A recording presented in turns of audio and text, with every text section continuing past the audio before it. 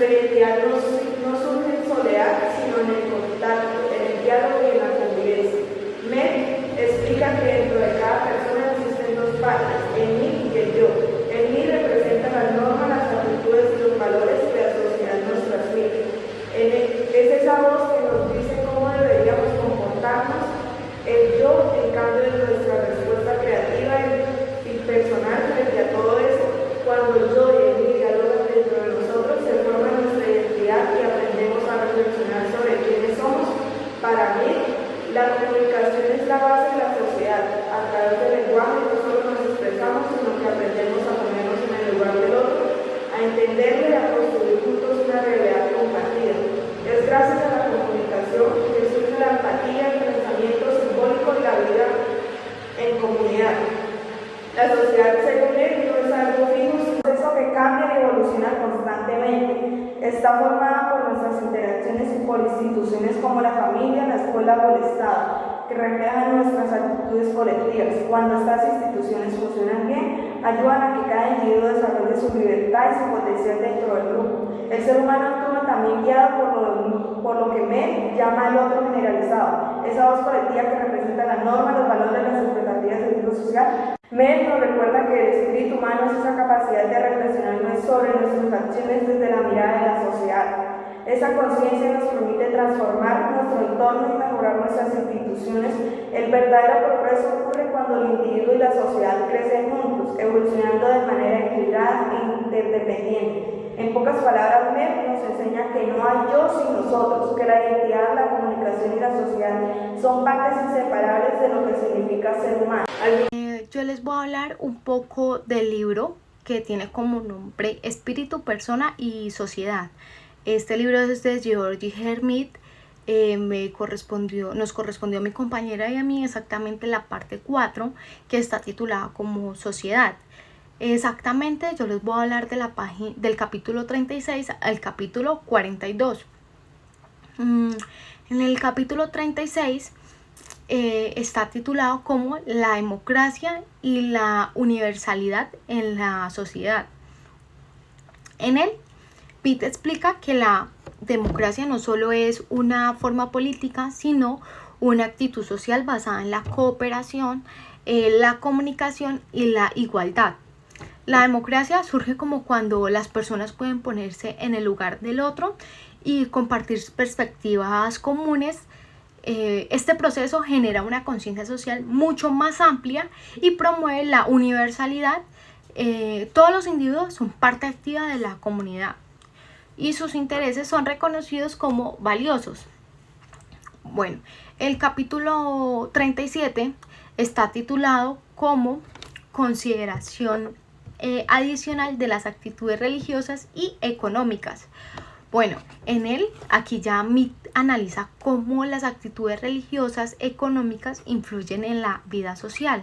La actitud religiosa fomenta la unidad y el sentido de comunidad, pues busca una conexión mucho más profunda entre las personas y todo lo que tenga que ver con lo social.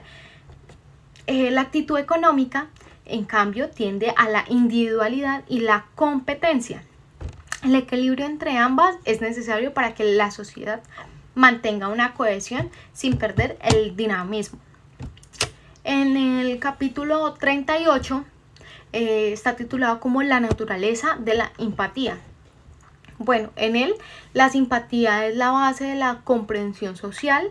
Pitt sostiene que no es un sentimiento pasivo, sino una capacidad activa de adoptar el punto de vista del otro. Gracias a la simpatía, los individuos logran coordinar sus acciones y construir relaciones sociales mucho más estables.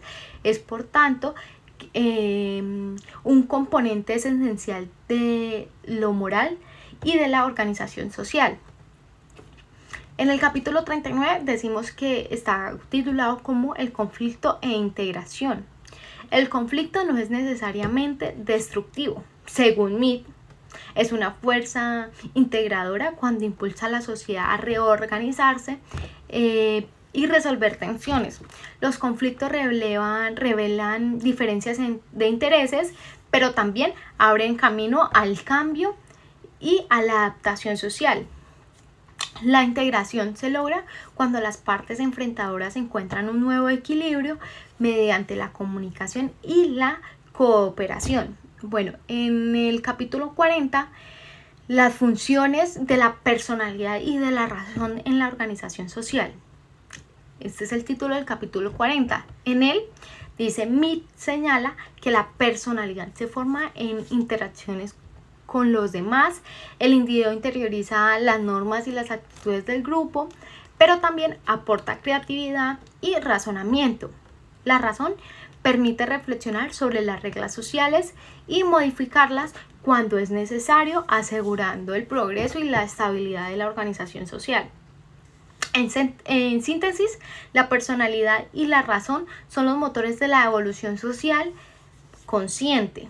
Bueno, ya en el capítulo 41 está titulado como obstáculo y las promesas en el desarrollo de la sociedad ideal. Bueno, en el cierre, Mill plantea una visión de la sociedad mucho más ideal. Es aquella donde las personas puedan comprender y actuar desde el punto de vista universal del otro, generalizando, claro está. Sin embargo, identifica obstáculos como el egoísmo, los prejuicios, las desigualdades. Aún así, confía en el potencial de la comunicación, la educación y la cooperación para superar estas limitaciones y avanzar hacia una sociedad mucho más justa. En el capítulo 42 está titulado como sumario y conclusión.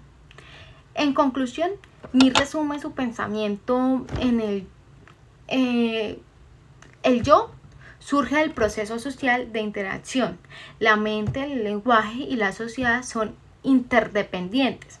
El desarrollo de la persona depende de su capacidad de adoptar el punto de vista del otro, lo que permite la autoconciencia, la cohesión social.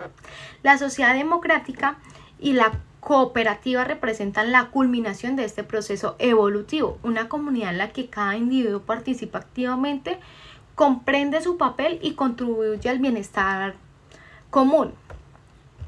A todo esto podemos decir que Georgi Herr-Mead propone una visión profundamente mucho más humana de la sociedad, una comunidad construida a través de la comunicación, la empatía y la cooperación. Sus ideas, aunque escritas hace casi un siglo, son sorprendentemente actuales si las miramos a la luz de nuestra vida cotidiana marcada por las redes sociales, la globalización, las desigualdades y las crisis sociales. Cada capítulo ofrece una reflexión práctica sobre cómo vivimos y nos relacionamos hoy en día.